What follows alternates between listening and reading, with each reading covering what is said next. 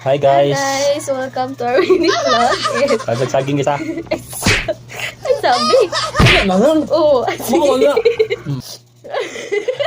Pagsipon. Sinisipon kaming dalawa. Chloe. Ay, sabi.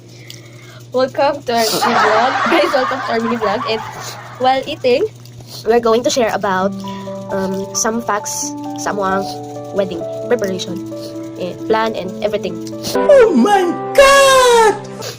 So first is ilang months? Parang more or less 3 months. Oh. Medyo madalian kasi. Kaya 3 months lang. Tapos 3 months of preparation. Tapos yung baboy namin nagka-problema kasi namatay yung isa. Buti na lang yung papa at mama ko, ay yung manugang ko pala, ay may surprise na alam niyo na. Kaya hindi kami nahirapan medyo sa preparation, pero nagkautang-utang din kami ng utang-utang.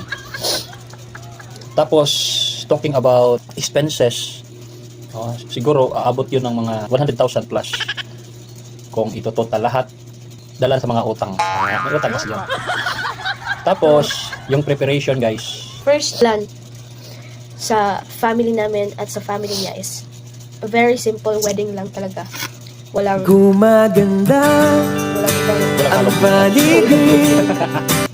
Walang halong kimikal. walang entourage. In simple terms, hindi special na wedding. Pero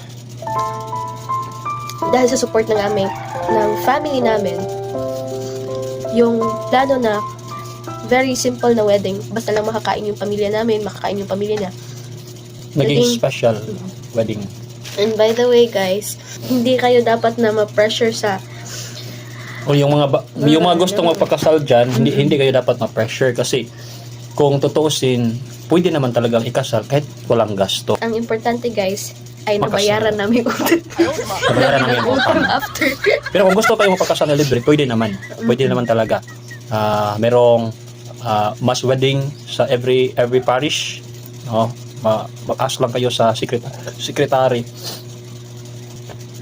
para maka-avail kayo sa wedding na walang gastos. At ngayon nag-vlog kami guys, sana suportahan nyo kami.